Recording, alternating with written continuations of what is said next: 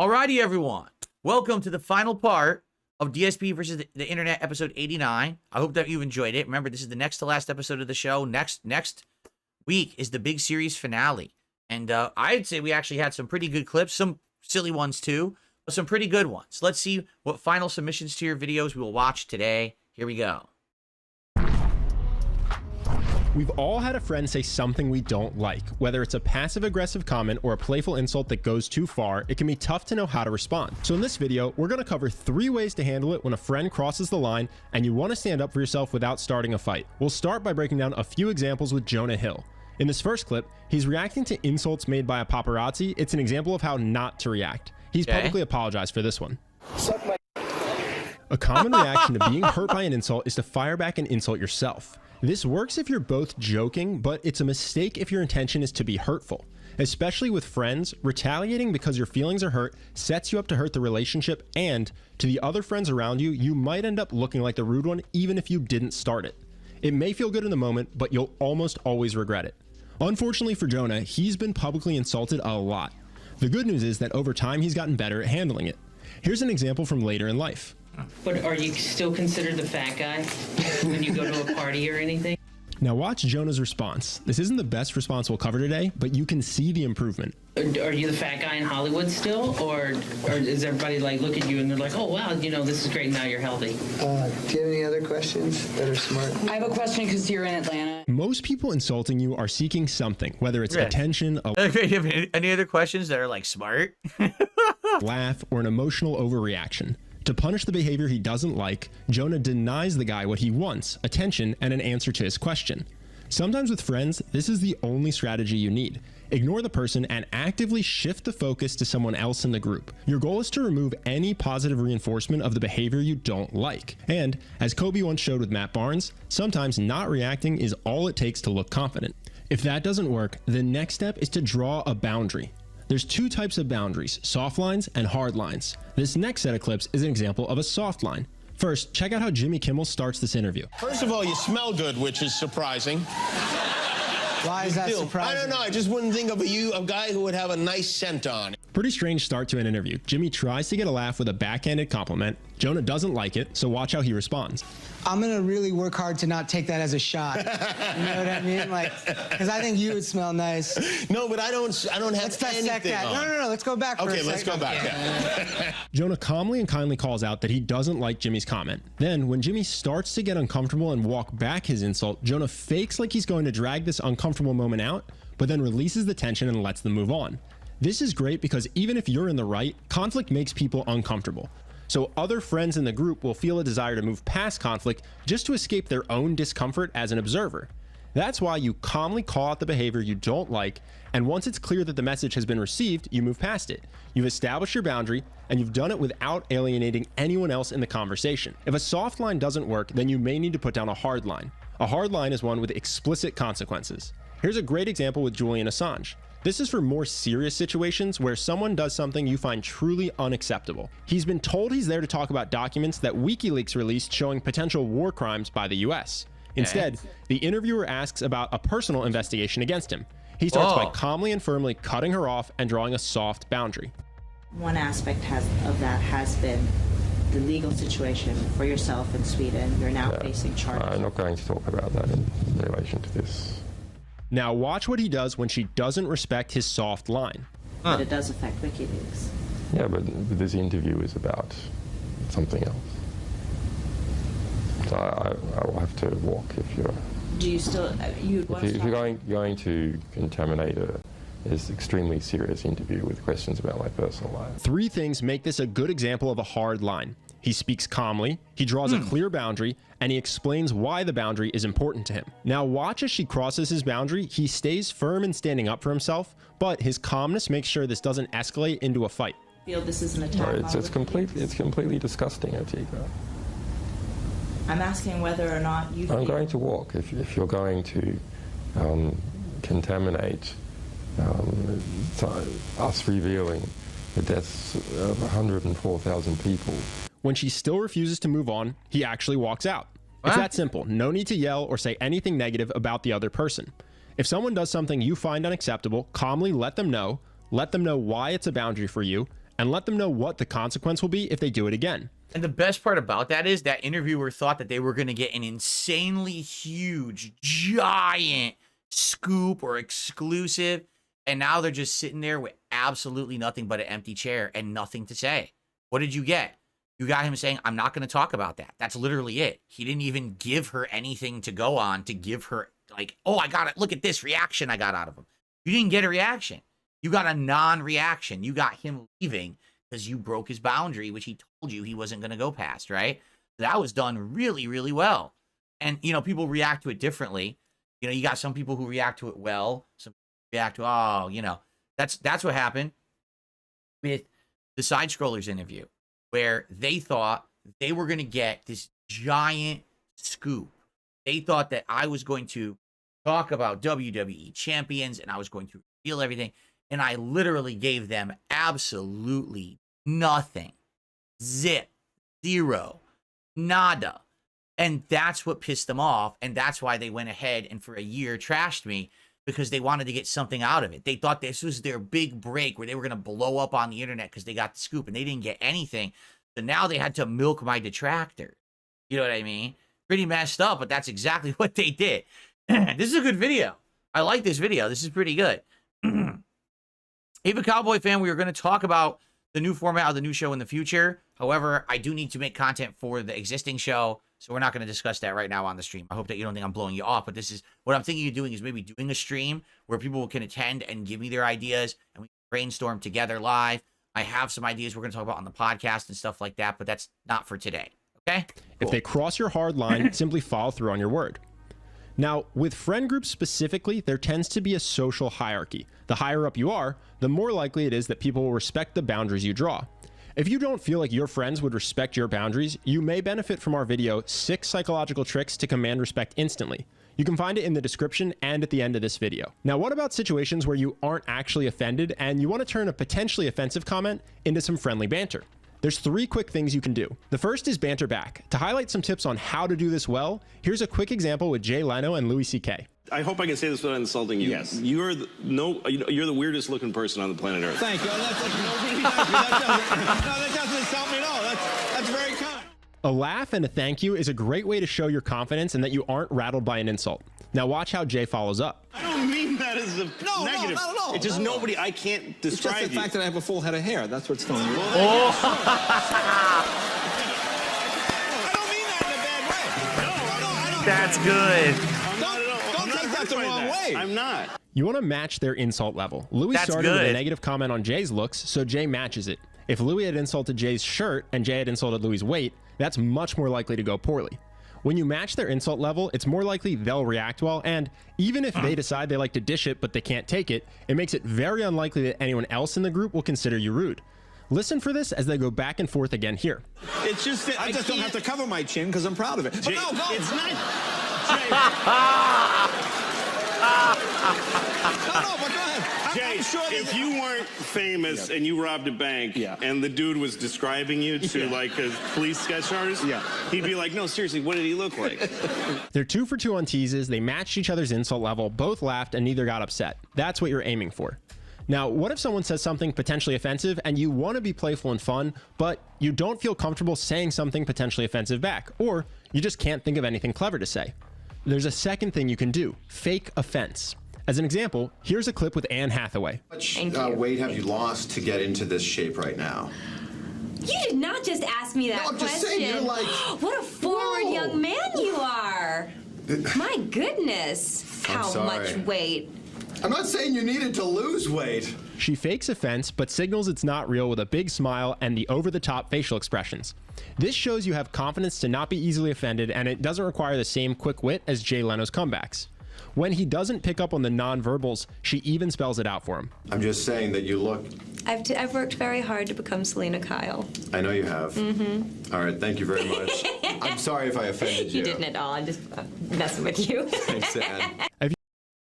Pretty good video. I like that. That was fun. All right, next one, because I want to watch more, obviously. I don't want to be stuck on one video because this is the last part of our show. Is this still a door? What is this now? What will it become? Oh, I heard all If I about just this. Keep circling around it. Will it eventually? I heard all about this. So there is some kind of a weird AI that's doing a real-time generative game, and it just generates Minecraft endlessly for some reason.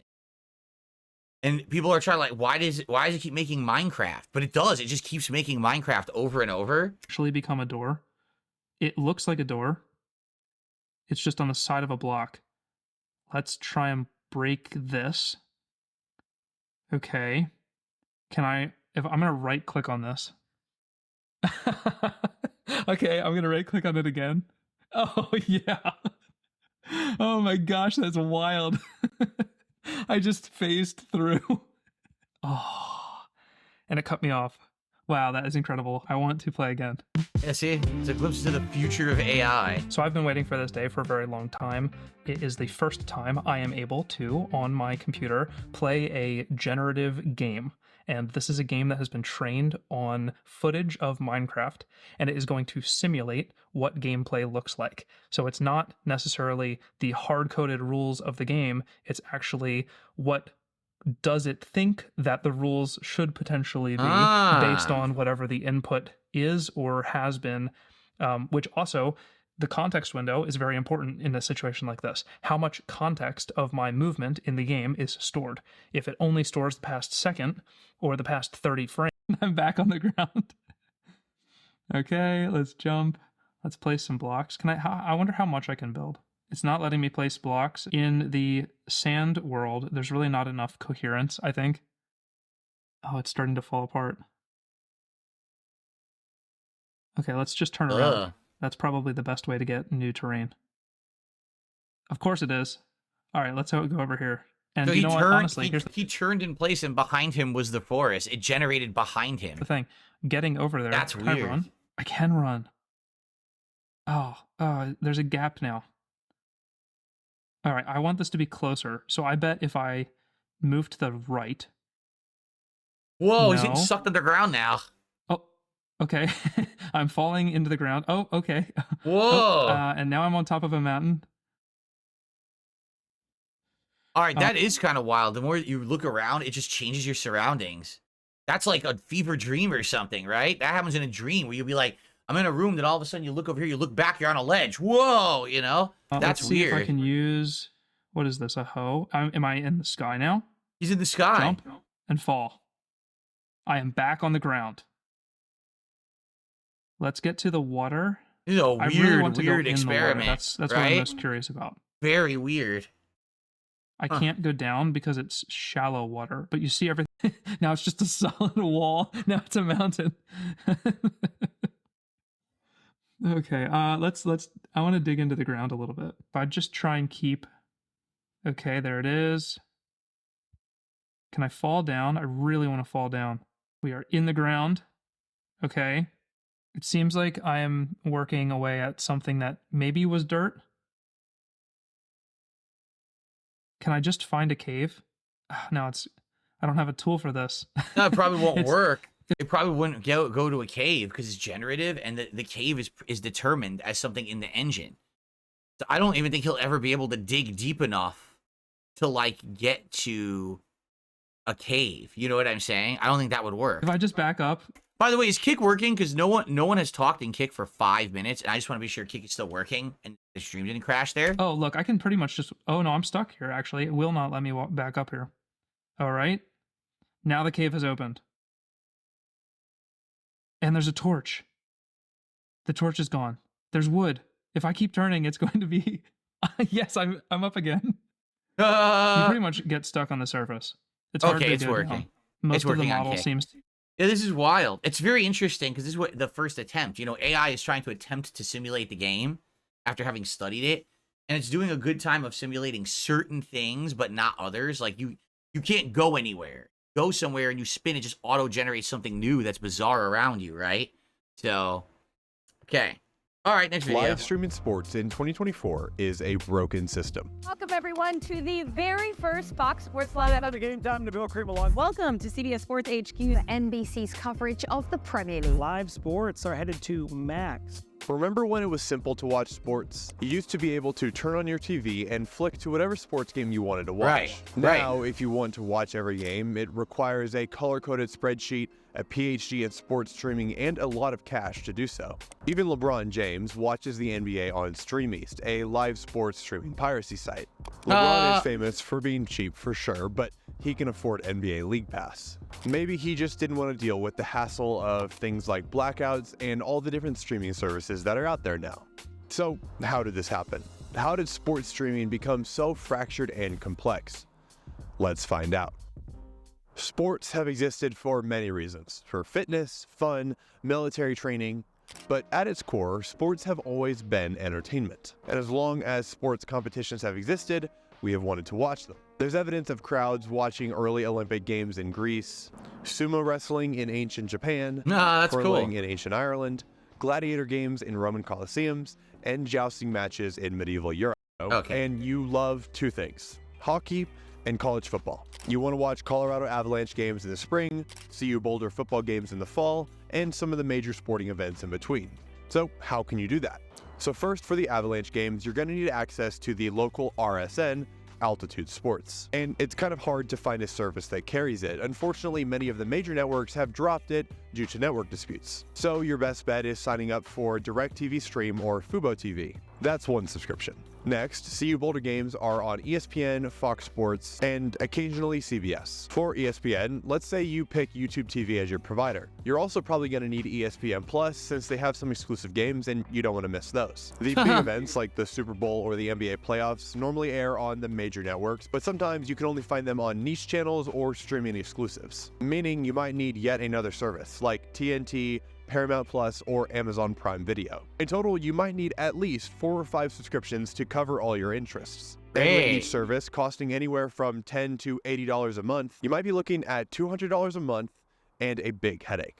There are 2 main reasons for this fractured and frustrating world: blackouts and exclusivity deals. So imagine paying for a service specifically to watch your favorite team, only to find out that you're not allowed to see their home games.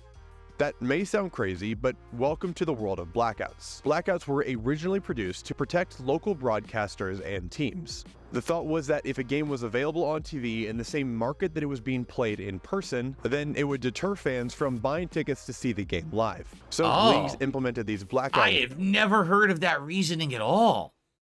So, for example, we have many different sports teams here in Seattle. You know, Seattle Mariners baseball, Seattle.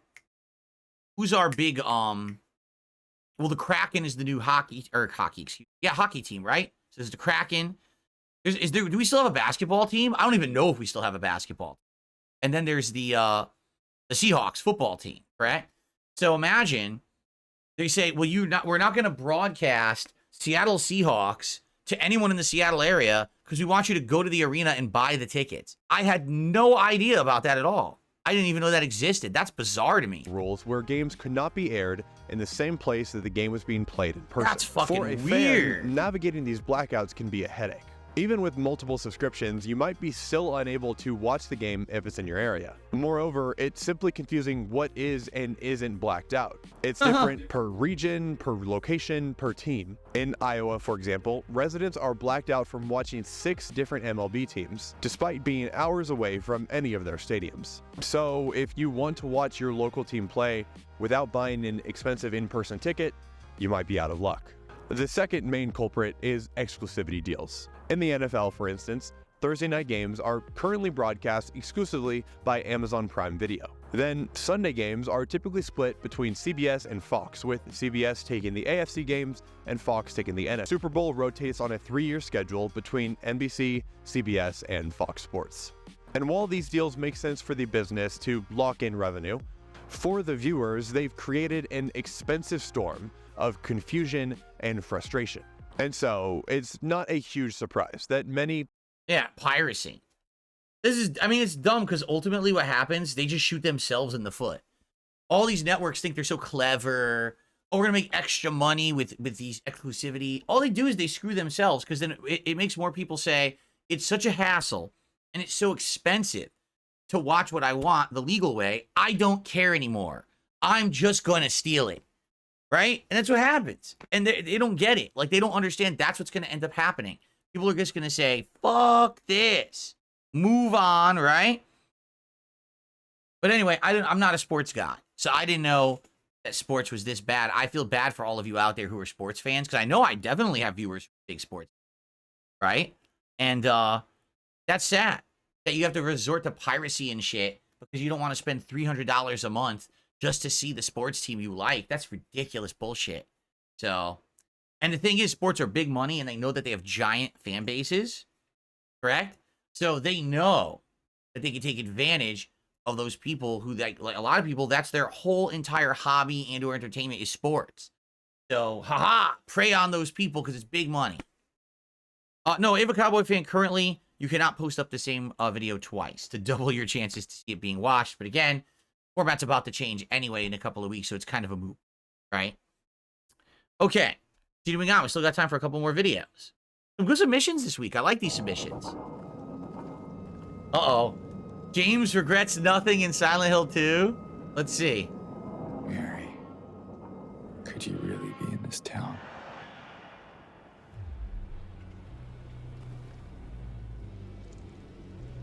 Ugh.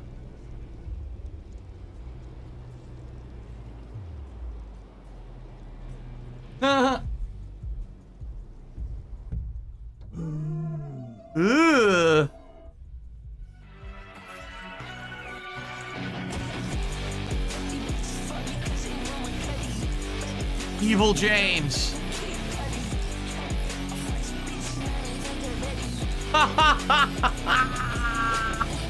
Evil James.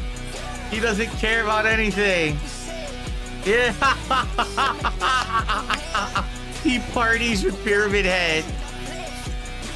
What the hell? What's Leon Kennedy doing in this? They're doing drugs and shit? Yeah, look. Oh, he bet with his hand in the shitty toilet. Wow.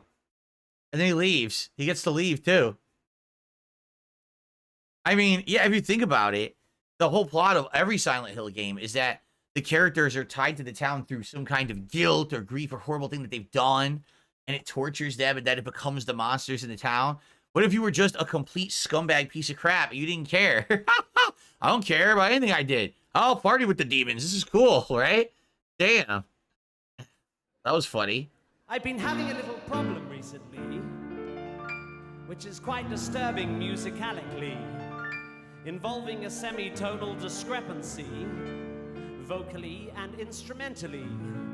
You see, musicians of different varieties prefer playing in particular keys, and singers too treat preferentially those notes they tackle more proficiently. Now, you don't have to be a member of Mensa to understand the depth of my dilemma. The two elements of me favor two different keys, thus the rift betwixt my fingers and my tenor. I like nothing more than playing instruments in F. It warms the very cockles of my heart. The trouble is that F can leave me vocally bereft, you see. I like playing in F major. Singing in F sharp. Oh. F sharp. Oh. F sharp. Oh. I refuse to be beholden to my hands. That's funny. He's just singing the basically, it's basically off tune. No matter what, it's off tune, right? Spawn Killer, 19 months as a member, says, what is the chat goal? It's something we're testing, Spawn Killer. It's something new they're adding to certain channels on YouTube where you can set a super chat goal. And if people hit it, then you could do like a reward. So like, for example, you could go on a stream and say, hey, if I hit 10 $5 super chats, I'll put on a hat. Get it? So we wanted to see how it worked. And people were saying, yeah, it did work. It's only on this channel, though. It's not on my DSP gaming channel. So we just messed with it. Obviously, we weren't going to hit it or anything today. So my larynx should give in to their demands. I'll not be forced to compromise my art. And so I'll just keep playing in F major and singing in F sharp. Oh. F sharp. F sharp. That's terrible because it sounds, you know, he's going to hit that big crescendo note that's going to make the song be good. And then it's just, bleh. That was a good one, too. There's some funny ones this week. Well, you've come to the right place. Are we gonna fix any plumbing problem or like leaks or holes that you might need filled? Yeah, my toilet's all backed up. There's shit everywhere. Oh, yes, we can definitely help you out. If you just step over here to my executive office, we will show you a little bit of what we do around here. Isn't that right, Luigi? Now go. You do it. No, you. Stupid Finocchio fucking manquilla. Let me see here. Oh, don't you worry. We are real good at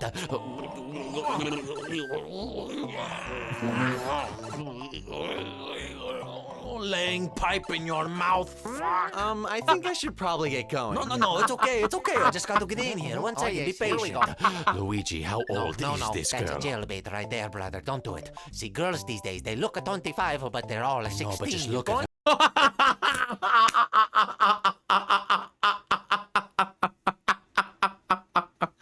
Yo, the commentary is great. That was great.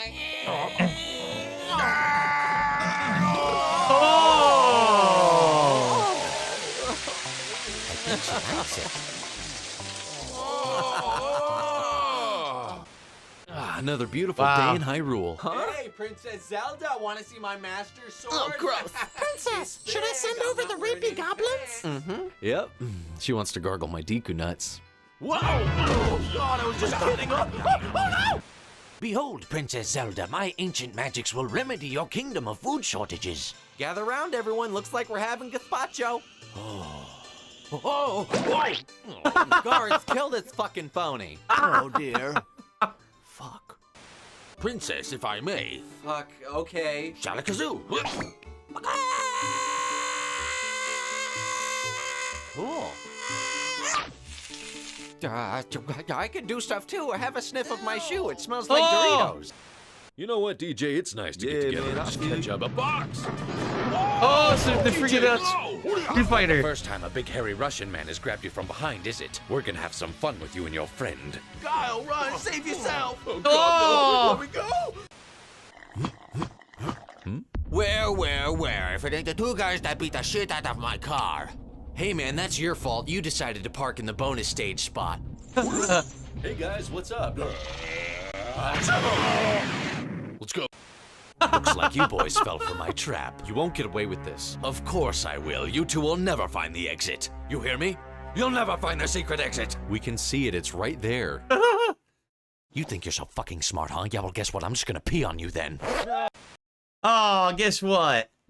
If you can believe it, I can't watch the rest of this. Oh, this is good, too. All right, last video then. Last video of the week. Jamani, what is wrong with you, bro? Like, oh, this guy every again? Time I talk about this guy, he keeps making the worst decisions back to back. You damn near worse than Ben from The Walking Dead Season 1, and that kid sucked. Jamani is back at it once again, doing the worst things possible for his life. And let me tell you something, this time is as detrimental as anything I've ever seen from him. What now? I'm more than $2,000 in debt. I'm really thinking about crashing out. Yo, what's going on, guys? PieMatt7 here. We are back at it talking about Jamani's struggles and his struggle every single day that he forces upon himself. I have a lot of narcissistic characteristics. Oh my God. So everybody knows that Jamani is a crippling gambling addict, okay? And I'm not even gonna lie, recently I thought that he was doing good. Jamani actually got a job at a hotel in which he was working there, and he had a pretty stable income of employment. And I've gotta say, clap that up, man. I'm all for Jamani getting a job because he's 31 years old and he needs a job, all right? But like everything good in this world, it always comes to a terrible end. Jamani goes back into his gambling addiction and his gambling ways. But guys, when I tell you that the extents that he will go to gamble are fucking insane, they are insane. So a few weeks ago, he uploads a video talking about gambling at the casino, episode 19. In the video, he shows us that he has no money on his debit card. But Jamani, being the smart individual he is, he has a credit card, all right? Oh no. He has a $1,000 balance on his credit card, and he goes to the fucking Apple store, buys an iPad Pro, and guess what he does with the iPad Pro? Oh no. He takes the iPad Pro to the pawn shop and pawns it for 300 measly bucks. What? You... Huh? What? What? What did he do? Huh?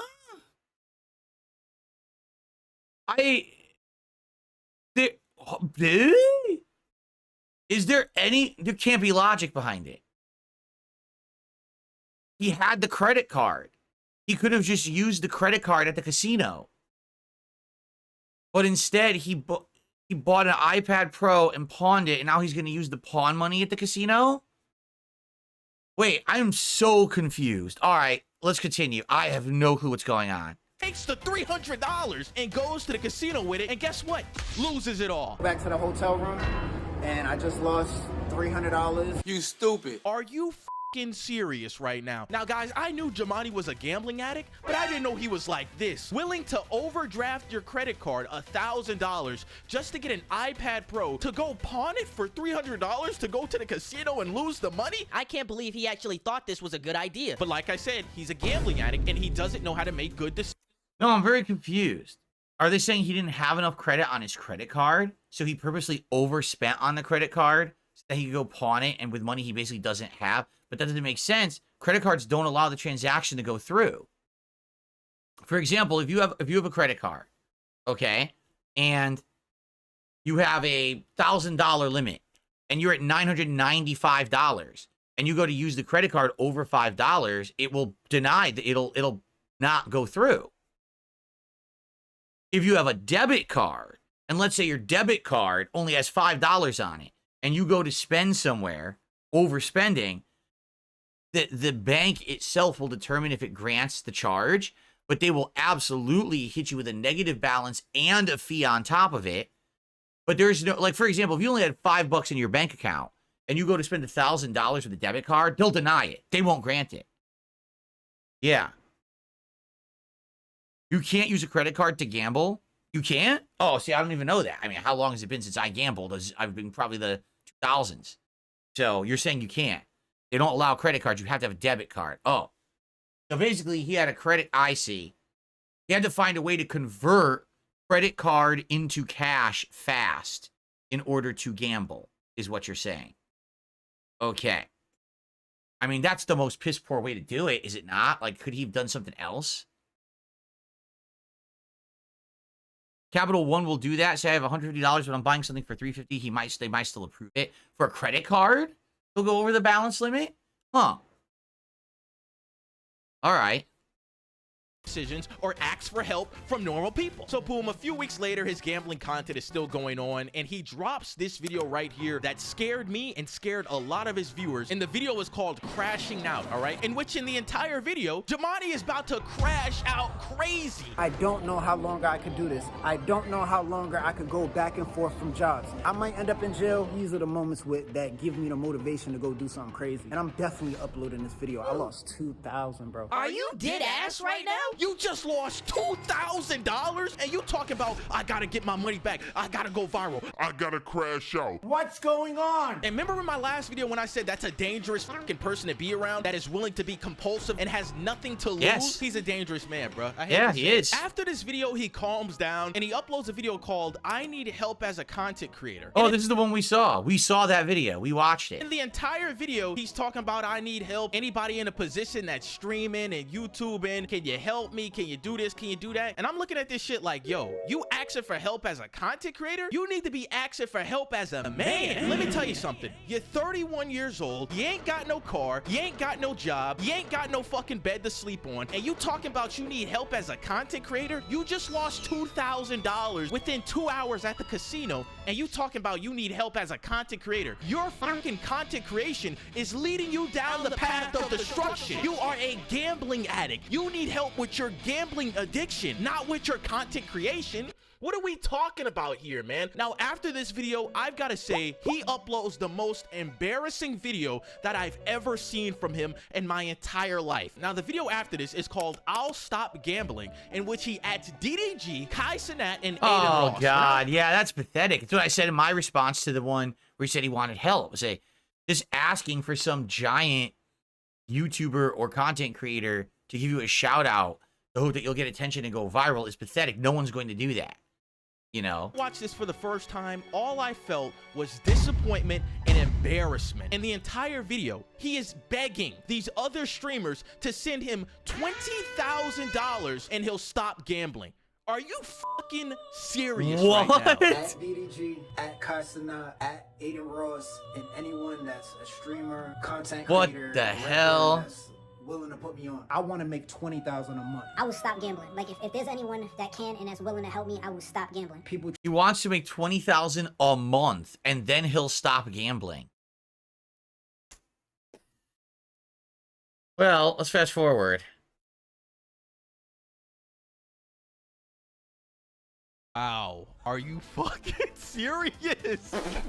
Are you serious right now? Oh, women don't have any value. Where is your value? For you to say that shit, right? While there's a fucking blow-up mattress behind you with your clothes that came out of your luggage because you don't have a closet in your room is insane. You know how ironic that shit sounds? You are literally filming yourself in front of a blow-up mattress saying that, women, where is your value? No, Jamani, I got the $1 million question for you.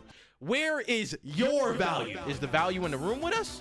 Because, brother, I hate to say it, you got a gambling addiction. You're sleeping on the floor. You don't want to work a job. You're in debt. What are we talking about here, man? Like, delusion. I understand I got a lot going on that nobody want to deal with. I could have been better had a woman be there for me. I could have been better. I would have been better. It could have prevented a lot of this.